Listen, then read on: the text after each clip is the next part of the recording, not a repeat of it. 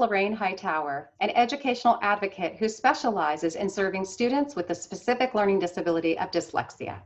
Today, I want to talk about a procedural safeguard that is often very confusing to parents. This procedural safeguard is called prior written notice, or PWN. Parents will say to me, "What is prior written notice?" Or "How come I'm receiving a prior written notice document after my child's meeting?" So prior written notice is a school-created document. It is sent to parents after meetings, but prior to a school division taking any action or implementing any changes that have to do with your child's educational needs.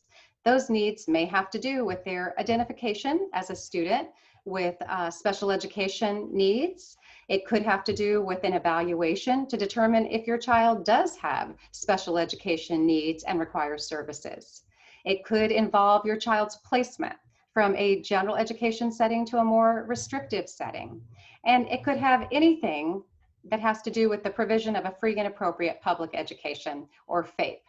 So anytime a school district is proposing to initiate or change the placement, the identification, conduct an evaluation, anything that impacts your child's right to a free and appropriate public education, they are supposed to provide a parent with a written document.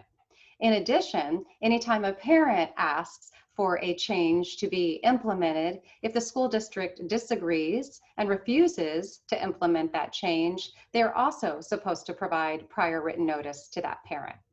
And there's some important components of prior written notice that parents should be aware of.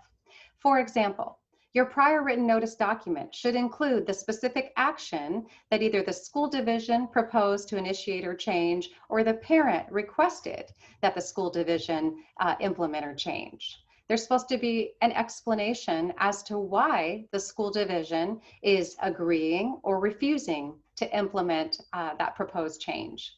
There's also supposed to be reference to the data that was used, assessments, reports, evaluations that were considered as part of making a decision to propose, agree, or refuse to implement that change.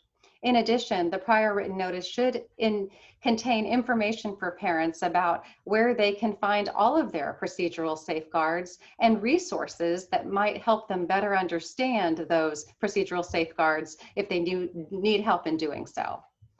And it's also supposed to include other factors and special considerations that the school team or the eligibility team considered as part of their decision making for your child's educational needs.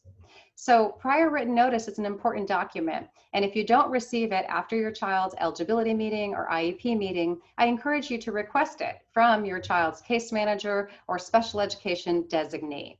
It helps keep track of decision making and also can be helpful if you're working with a school district in a dispute resolution situation and you want to have a reference for prior decision making. So that's prior written notice. If you didn't know what it was, I hope you found this video helpful, and do request one after your next school meeting.